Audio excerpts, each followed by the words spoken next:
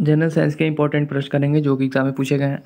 Voltage को स्थिर रखते हुए यदि अधिक लैंपों को एक सीरीज सर्किट में जोड़ा जाता है तो सर्किट में कुल जो धारा होती है वो क्या होती है?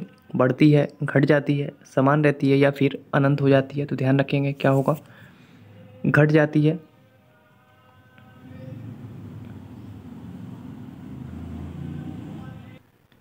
इलेक्ट्रिकल वायर हेतु अंतर्राष्ट्रीय रंग कोड के अनुसार निम्नलिखित में से कौन सा विकल्प न्यूट्रल वायर दर्शाता है? नीला, लाल, हरा या फिर पीला? तो लाल। नेक्स्ट देखेंगे, विद्युत परिपथ कनेक्शन कितने प्रकार के होते हैं? ऑप्शन नंबर ए आपका राइट आंसर हो जाएगा, 2 प्रकार के।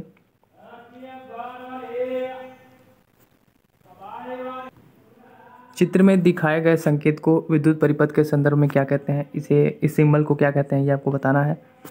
तो किसी भी विद्युत परिपथ में विद्युत बल्ब यानी कि इलेक्ट्रिक बल्ब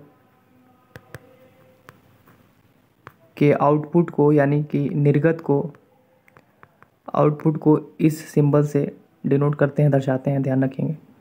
तो ऑप्शन नंबर सी आपका राइट आंसर हो जाएगा, विद्युत बल्ब। चलिए नेक्स्ट देखेंगे, 2018 में पूछा गया है एएलपी और टेक्नीशियन में प्रश्न ये। जब एक परिपथ में कई प्रतिरोध श्रृंखला यानी कि सीरीज में जुड़े हुए होते हैं तो करंट का मान क्या होता है? ध्यान रखेंगे, जब एक परिपथ में कई प्रतिरोध सीरीज में अगर जुड़ेंगे तो जो करंट होगी उसका मान एक समान रहता है, उसमें कोई परिवर्तन नहीं होता है। लेकिन प्रतिरोध के सिरों पर क्या होता है, वोल्टेज जो होता है वो परिवर्तित होता है, भिन्न भिन्न होता है। जबकि अगर पैरेलल की बात होगी तो पैरेलल में जो करंट होगा, करंट क्या होगा इसमें परिवर्तित हो जाएगा और वोल्टेज रहेगी एक समान। तो इस चीज़ को ध्यान रखेंगे। ऑप्शन नंबर डी आपका राइट आंसर हो जाएगा। सीरीज में जुड़े हुए होते हैं कई प्रतिरोध तो करंट का मान क्या होता है, एक ही रहता है। चलिए नेक्स्ट देखेंगे,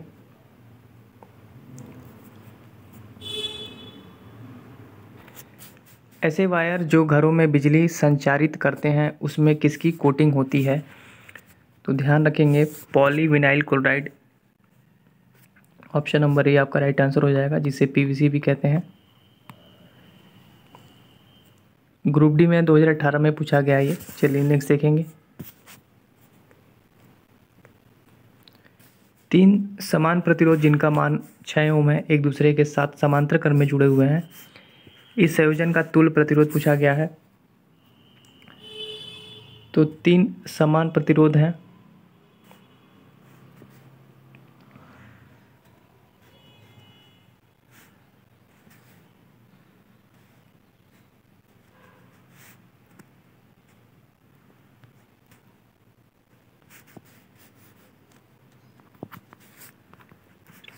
ये कितने का है, 6 ओम। ये भी कितने का है, 6 ओम का। ये भी कितने का है, 6 ओम का। तो ये तीनों 6 ओम के हैं, समांतर में जुड़े हुए हैं। तो कितना हो जाएगा, 1/R बराबर 1/6 प्लस 1/6 प्लस 1/6। तीनों को जोड़ देंगे, 3 हो जाएगा, 3/6 यानी कि 2। तो R बराबर कितना आ गया, 2। ऑप्शन नंबर 2 आपका राइट आंसर हो जाएगा, 2 ओम।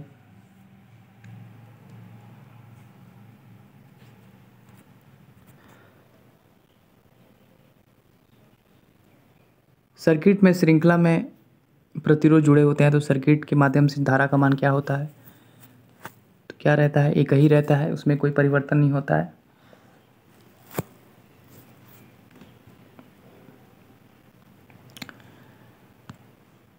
दिए गए परिपथ में डैश का प्रवाह वामावर्त होता है, धारा का, प्रतिरोध का, वोल्टेज का या फिर इलेक्ट्रॉनों का। तो किसका प्रवाह वामावर्त होता है ये बताना है। तो विद्युत धारा की दिशा इलेक्ट्रॉन के प्रवाह के वामावर्त दिशा में होती है, इस चीज़ को ध्यान रखेंगे। ऑप्शन नंबर डी आपका राइट आंसर हो जाएगा, इलेक्ट्रॉन।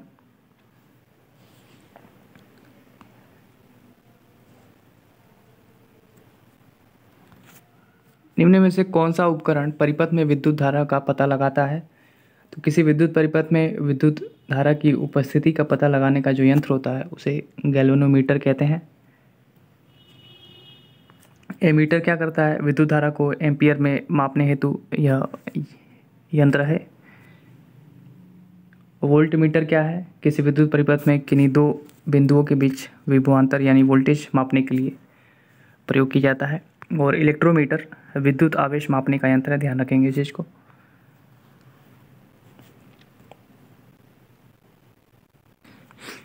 एक विद्युत परिपथ आरेख में सेल के चिन्ह में एक लंबी और एक छोटी रेखा होती है। लंबी रेखा किस टर्मिनल को दर्शाती है?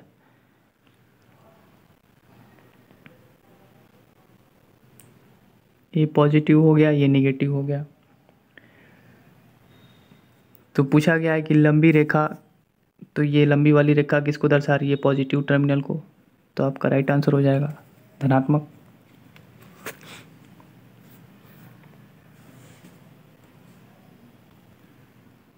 यदि कई बल्ब एक परिपथ में समांतर क्रम में जुड़े हुए हों और एक बल्ब फ्यूज हो जाता है तो अन्य बल्बों का के साथ क्या होता है? तो यदि कई बल्ब किसी विद्युत परिपथ में समांतर में पैरेलल क्रम में जुड़े हुए हैं और यदि उनमें से कोई बल्ब फ्यूज हो जाता है तो अन्य सभी बल्ब क्या रहेंगे? जलते रहते हैं। ऑप्शन नंबर डी आपका राइट आंसर हो जाएगा। चलिए नेक्स्ट देखेंगे। निम्नलिखित में से कौन सा प्रवाह विद्युत के कारण नहीं होता है? तो ध्यान रखेंगे, आवेश प्रवाह की दर को विद्युत धारा कहते हैं और इसका एसआई मात्रक एम्पियर होता है। विद्युत धारा मुख्यतः निम्न प्रभाव पैदा करती है: ऊष्मीय प्रभाव, रासायनिक प्रभाव, चुंबकीय प्रभाव और प्रकाशीय प्रभाव। तो ध्यान रखेंगे विद्युत के कारण कौन सा प्रभाव नहीं होगा इसमें से? तो संकुचन प्रभाव, ऑप्शन नंबर डी। चलिए नेक्स्ट देखेंगे।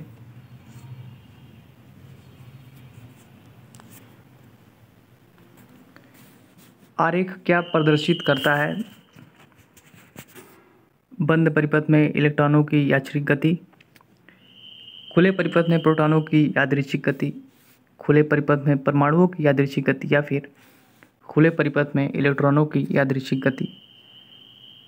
तो ये क्या आपको प्रदर्शित कर रहा है? खुले परिपथ में इलेक्ट्रॉनों की यादृच्छिक गति। ऑप्शन नंबर डी आपका राइट आंसर हो जाएगा। ग्रुप डी में पूछा गया है प्रश्न है। चलिए नेक्स्ट देखेंगे। 10 वोल्ट के विभवांतर वाले दो बिंदुओं पर 2 कूलम्ब के आवेश को स्थानांतरित करने के लिए कितना काम करना पड़ता है?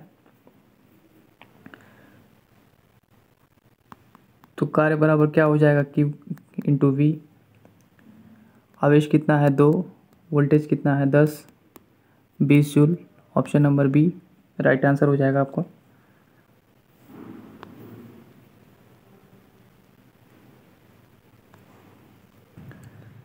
दो चालक समान दिशा में धारा ले जाने पर क्या करते हैं? एक चालक एक दूसरे को आकर्षित करेंगे, चालकों में प्रतिध्वनि होगी, चालक एक दूसरे को प्रतिकर्षित करेंगे या फिर दोनों चालकों के बीच वोल्टता बढ़ेगी।